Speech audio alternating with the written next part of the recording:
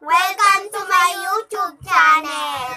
So guys, tayo ay real food versus gummy food. So guys, palit tayo. Okay, no? Okay.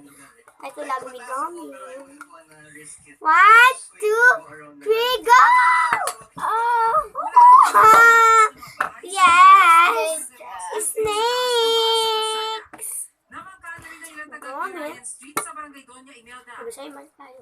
Abot bewo naman ang baha sa West Riverside sa Barangay San Antonio. Dito sa polis na perwisyo ng baha. Kalbaryo rin ito sa mga stranded na pasahero. 30% ng Metro Manila ay nagkaroon ng floodings. Mostly in Quezon City, nagkaroon ng pansamantalang walang So yan guys. Kaya nagpapalit. Okay.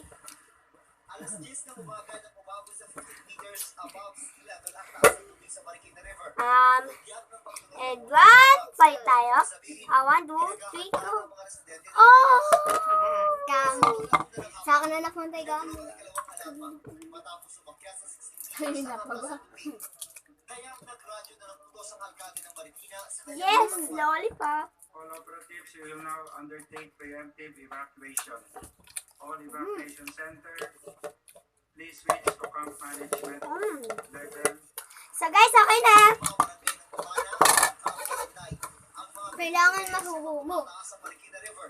Nasa 18,000 Subo ko naman eh. nanganganib na maapektuhan. Naman! So okay, guys, magpapalit ka na. Huwag na.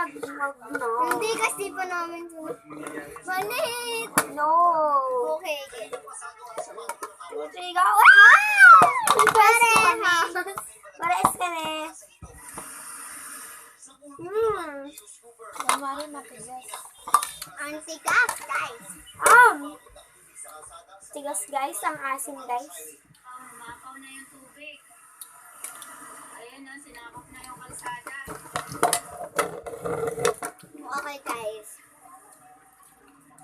Napapaligiran pa. Balik tayo. Samahan pa ng malakas na buhos ng ulan. Ay! Sige, iwan mo. Okay. Papunta pa lang kami ng Bulacan. Kanina. Bumubuhos na. This is fish. Kaya naman di ka nakataang inapunta namin lumog sa baha. Ang iba't Pareha sarili yan. sa Malolos, tulong sa paglilimas ng tubig ang mga estudyante at guro sa isang paaralan. Matapos silang pasok ng baha, binahari ng buhay ng eskwelahan. Kaya naglagay ng mga para matulayan ng mga bata. Manawagan ng mga magulang, sana